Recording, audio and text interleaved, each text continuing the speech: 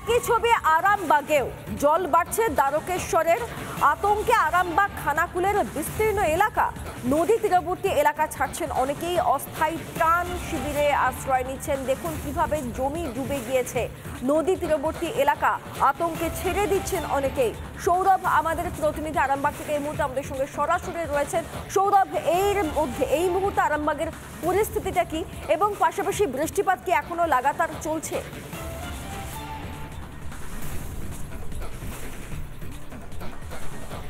দেখো সৃজিতা, প্রথমেই বলি যে বৃষ্টিপাত কিন্তু লাগাতার এই মুহূর্তে চলছে না। বৃষ্টিপাত কিছুটা হলেও কিন্তু কমেছে, এবং যার জেরেই কিন্তু কিছুটা হলেও স্বস্তির যে ভাব সেটা যদিও তৈরি হওয়ার পরিস্থিতি ছিল, কিন্তু দ্বারকেশ্বর থেকে শুরু করে মুন্ডেশ্বরী থেকে শুরু করে তার কিন্তু নদীর যে জলস্তর, সেই জলস্তর কিন্তু ইতিমধ্যেই বাড়ছে। তুমি দেখতে পাচ্ছ আমার পিছনে, আমি এই মুহূর্তে দাঁড়িয়ে রয়েছি একেবারে মুন্ডেশ্বরী যে নদী, সেই মুন্ডেশ্বরী নদীর একবারে সামনে দাঁড়িয়ে রয়েছি, এবং এই মুন্ডেশ্বরী নদীর জলস্তরও কিন্তু বাড়ছে, এবং পাল্লা দিয়ে কিন্তু বাড়ছে দ্বারকেশ্বর নদী এবং রূপনারায়ণ নদীর জল। এবং এই ঘটনাকে কেন্দ্র করে ইতিমধ্যেই যে আতঙ্কিত যে সমস্ত পরিবারগুলি রয়েছে, অর্থাৎ যে সমস্ত গরিব পরিবার যারা নদীর তীরবর্তী অংশে বসবাস করেন, তারা ইতিমধ্যেই যে নদীর পাড়, সেই নদীর পাড়েতে চলে যাচ্ছেন। এবং যদি এরপরে আরও নতুন করে ডিবিসি থেকে জল ছাড়ে, অতিরিক্ত জল ছাড়ে, তাহলে কিন্তু আবারও আরামবাগ জলের তলায় যেতে পারে। বন্যার যে পরিস্থিতি, সেই পরিস্থিতি তৈরি হতে পারে, এমনটা কিন্তু আশঙ্কা করছেন তারা। এবং এই আশঙ্কা থেকেই কিন্তু তারা প্রত্যেকেই যারা নদীর তীরবর্তী অংশে থাকেন, তারা অস্থায়ী চালাঘর বানিয়ে তারা যে উঁচু জায়গা, নদীর বাঁধের মতো যে উঁচু জায়গা, সেই উঁচু জায়গাগুলোতে এখন থেকেই কিন্তু চলে যেতে শুরু করেছেন। যদিও পাশাপাশি এই মুহূর্তে বেশ কয়েকটি যে বৃষ্টির জলে যে সমস্ত রাস্তাগুলি আছে, সেই রাস্তাগুলির থেকে জল নেমে গেলেও যে সমস্ত চাষ জমি রয়েছে, সেই চাষ জমিগুলোতে কিন্তু জল এখনও পর্যন্ত জমা হয়ে রয়েছে, কার্যত জলের তলায় রয়েছে চাষ জমিগুলি। এবং তার জেরেই কিন্তু যে নিকাশি ব্যবস্থা এবং নয়নজুড়িগুলোর ওপর যে অবৈধ নির্মাণ এবং যে কোনো সংস্কার হওয়া দীর্ঘদিন ধরে, তাকেই দায়ী করছেন স্থানীয় কৃষকরা। ফলত একটা ব্যাপক যে ক্ষয়ক্ষতি, কৃষিক্ষেত্রেও যে একটা আরামবাগের ব্যাপক ক্ষয়ক্ষতি হবে, তাও কিন্তু মনে করা হচ্ছে, তাও কিন্তু দাবি করছেন এলাকার কৃষকরা। সব মিলিয়ে একেবারেই যদি নতুন করে বন্যা নাও আসে, তাহলেও কিন্তু বৃষ্টির যে জমা, তার প্রভাব বেশ কিছুটা পড়বে ওই সমস্ত অঞ্চলগুলিতে। বেশ ধন্যবাদ তোমাকে সৌরভ।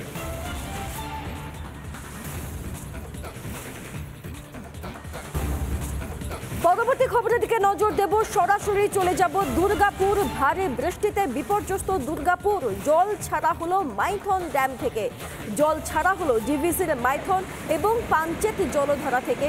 দুটি জলাধার থেকে মোট জল ছাড়া হচ্ছে 24,305 কিউসেক। মাইথন ছেড়েছে 7,175 কিউসেক জল, পাঞ্চেত জল ছেড়েছে 17,130 কিউসেক। এক্সক্লুসিভ ছবি আপনারা এই মুহূর্তে দেখতে পাচ্ছেন। ব্রজব আমাদের প্রতিনিধি কি প্রতিবেদন তুলে ধরেছেন, দেখুন একবার। এবার জল ছাড়া হলো ডিবিসির দুই জলাধার পাঞ্চেত এবং মাইথন থেকে। মোট 24,503 যে একর ফিট, সেই একর ফিট কিন্তু জল ছাড়া হয়েছে। এই মুহূর্তে দেখা যাচ্ছে যে মাইথনের যে গেট রয়েছে, 12টি গেটের মধ্যে একটা লাভ গেট কিন্তু খোলা, এবং নিচু স্তরের যে গ্যালারি গেট রয়েছে, সেইগুলি কিন্তু খোলা রয়েছে এবং জল ছাড়া হচ্ছে। ইতিমধ্যেই আসানসোল শিল্পাঞ্চলে গতকালের লাগাতার বৃষ্টিতে বেশ কিছু এলাকা জলমগ্ন, এবং ইতিমধ্যেই জলের দরে ভেসে গিয়েছে একজনের মৃত্যু হয়েছে।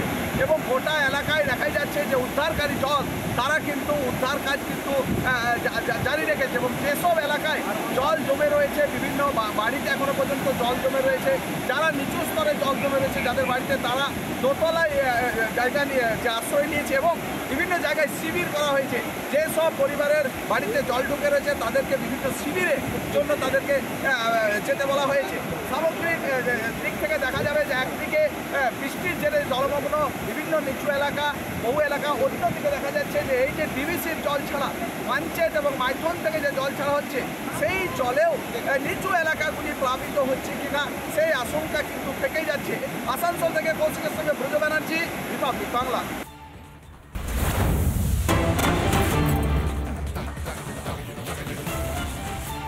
পরবর্তী খবরের দিকে নজর দেব, বাঁকুড়া থেকে সরাসরি বড় খবর এই মুহূর্তে। বাঁকুড়ায় জলের তোলায় ভেঙে পড়লো ব্রিজ, দেখুন সেই ছবি। ভাঙল গন্ধেশ্বরী নদীর ওপর মানকানালি সেতু সংস্কারের মাত্র 1 বছরের মধ্যেই এই বিপর্যয়। জলের তোড়ে ভেঙে গেল ব্রিজ। ভাঙল গন্ধেশ্বরী নদীর ওপর মানকানালি সেতু সংস্কারের মাত্র 1 বছরের মধ্যে এই বিপর্যয়। প্রশাসনের বিরুদ্ধে ক্ষোভ উগরে দেন স্থানীয়রা। এলাকা পরিদর্শনে যান বিজেপি বিধায়ক নীলাদ্রি শেখর দানা। দেখুন সেই ছবি, ব্রিজ ভেঙে পড়ে রয়েছে। গন্ধেশ্বরী নদীর উপরের ব্রিজ বা মানকানালি সেতু ভেঙে পড়ে রয়েছে। মাত্র 1 বছর হয়েছে ব্রিজটি সংস্কার করা হয়েছে। জলের তোড়ে এই ব্রিজ ভেঙে গিয়েছে বলে জানা যাচ্ছে। এলাকা পরিদর্শনে যান বিজেপি বিধায়ক নীলাদ্রি শেখর দানা। ব্যাপার হচ্ছে যে গুরুত্বপূর্ণ ব্রিজ বলতে মানে সবচেয়ে গুরুত্বপূর্ণ, যেটা আমাদের এসে পাশাপাশি যে গ্রামগুলো আছে মিনিমাম অন্তত 1 লাখ লোক যাতায়াত করে এটাতে। তো এই জিনিসটা যে প্রতিবার এরকম তো ঘটনা ঘটেই চলেছে, এটা 1 বছর হয়নি এখনো। 1 বছরের মধ্যে এই যে ঘটনা ঘটেছে, যেসব কন্ট্রাক্টর দিয়ে কাজ করিয়েছে সমস্ত মাল মেটেরিয়ালস ভালো নেই। আপনারা এসে দেখতে পাবেন যে থিকনেস যেটা ছিল, যেটা ঢালাই করার থিকনেস দেখিয়েছে 4 ইঞ্চি দেখিয়েছে, এখানে এত 2 ইঞ্চি কি 3 ইঞ্চি ঢালাই হয়েছে। অটোমেটিক বসে যাবে, ভতান ঠিক নেই, ভর্তি হয়নি। যা করেছে আমাদের তো কার কিছু বল না, আমরা বলতে গেলে সে কথাও কেউ শুনেনি। ব্রিজ নিয়ে তো আমরা দীর্ঘদিন ধরে আন্দোলন করে চলেছি। প্রতিবার বর্ষা আসে, প্রতিবার বর্ষাতে আমি বাইট দিই, প্রতিবারই সে নিয়ে টুকটাক কাজ হয়, কিন্তু যেটা দীর্ঘমেয়াদী পরিকল্পনা সেরকম কিছু হচ্ছে না। বারবার মানকানালি অঞ্চল, ভক্তাবাদ অঞ্চল, তার পাশে যে কাঞ্চনপুর বলতে এই যে অঞ্চলগুলো রয়েছে, সেই সমস্ত মানুষ প্রায় 1.5 লক্ষ মানুষের এই ব্রিজ দিয়ে যাতায়াত। আজকে সবাই দুর্ভোগের শিকার। গত পরশুদিন আমি আপনাদেরকে সাক্ষী রেখে লাইভের মধ্যে বলছি যে গত পরশুদিন আমি এই ব্রিজ নিয়ে ওখানে উপস্থাপন করেছি আমার অ্যাসেম্বলিতে। আমি কাল রাত্রিতে বাড়ি ফিরেছি, সকালবেলায় ঘুম থেকে উঠে আমি পরিস্থিতি দেখি ব্রিজ। বীরভূম থেকে সরাসরি চলে যাব পূর্ব বর্ধমানের দিকে। জলমগ্ন কালনার লালজি মন্দির, বৃষ্টির জেরে হাঁটু জল মন্দির চত্বরে। দেখুন সেই ছবি, কি ভয়াবহ অবস্থা। জলমগ্ন কালনার লালজি মন্দির, বৃষ্টির জেরে হাঁটু জল মন্দির চত্বরে। হাঁটু জল পেরিয়ে মন্দিরে ঢুকতে হচ্ছে পর্যটকদের। গতকাল লাগাতার বৃষ্টিপাত হয়েছে, তার আগের দিনও লাগাতার বৃষ্টিপাত হয়েছে। সেই বৃষ্টিপাতের জেরে জলমগ্ন বিভিন্ন জেলার বিভিন্ন অংশ, বিশেষত প্রভাবিত হচ্ছে দক্ষিণবঙ্গের বিভিন্ন জেলাগুলি। পূর্ব বর্ধমানে যে ছবি আমরা দেখতে পাচ্ছি, কালনার লালজি মন্দির চত্বর, বৃষ্টির জেরে প্রায় হাঁটু সমান জল সেই মন্দির চত্বরে, এবং সেখানে হাঁটু জল পেরিয়েই মন্দিরে ঢুকতে হচ্ছে পর্যটকদের। দেখুন মন্দিরের অবস্থা, দেখুন কত পরিমাণ জল জমেছে, কত পরিমাণ জল জমেছে কালনার লালজি মন্দির চত্বরে। সেপ্টেম্বরে আরও বেশি পরিমাণ বর্ষা হওয়ার আশঙ্কা রয়েছে, আরও বেশি পরিমাণ বৃষ্টিপাতের আশঙ্কা রয়েছে, যার ফলস্বরূপ দক্ষিণবঙ্গের বিভিন্ন জেলা বিভিন্ন গুরুত্বপূর্ণ শহরতলি ডুবতে পারে, এমন আশঙ্কাকে একেবারে উপেক্ষা করা যাচ্ছে না আবহাওয়াবিদদের তরফ থেকে। আর তার মাঝে এরকম কিছু ছবি সামনে আসছে। দেখুন আমরা আপনাদেরকে 3টি ছবি দেখাচ্ছি। বীরভূমে কঙ্কালীতলা মন্দিরের ছবি দেখাচ্ছি, অপরদিকে কালনার পূর্ব বর্ধমানে লালজি মন্দিরের ছবি দেখাচ্ছি। মোট তিন অংশের ছবি আমরা দেখাচ্ছি, এবং একদিকে তারাপীঠের ছবিও দেখাচ্ছি। কি অবস্থা, কি ভয়াবহ অবস্থা দেখুন, যেখানে প্রচণ্ড পরিমাণ বৃষ্টিপাতের জেরে জল জমে গিয়েছে তারাপীঠ, কঙ্কালীতলা এবং লালজি মন্দিরে। কোথাও কোমর সমান, কোথাও হাঁটু সমান জল। কি ভয়াবহ পরিস্থিতি, জলমগ্ন হয়ে রয়েছে সমস্ত এলাকা।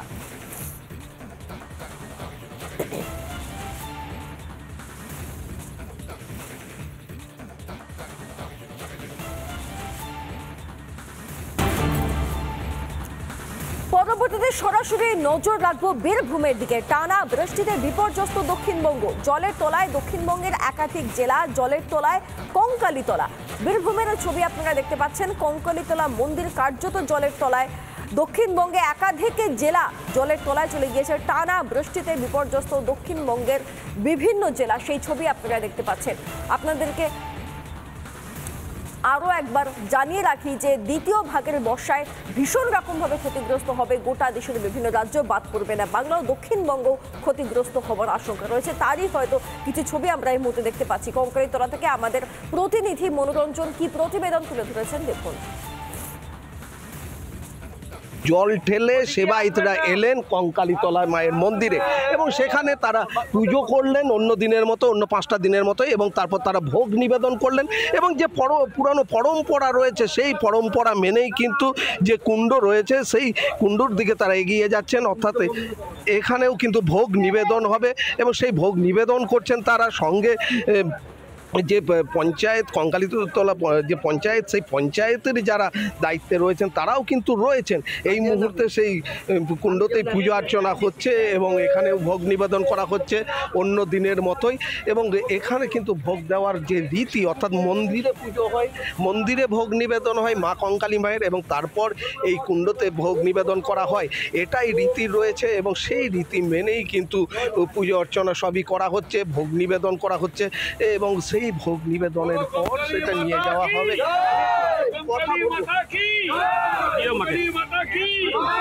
এরকম পরিস্থিতি আমাদের আগে আমাদের হয়নি, অনেক দিন হয়নি। এরকম আমাদের সেরকম পরিস্থিতি হলে আমরা ওখানে ভোগ দিতাম আপনার ওই শিব মন্দিরের কাছে।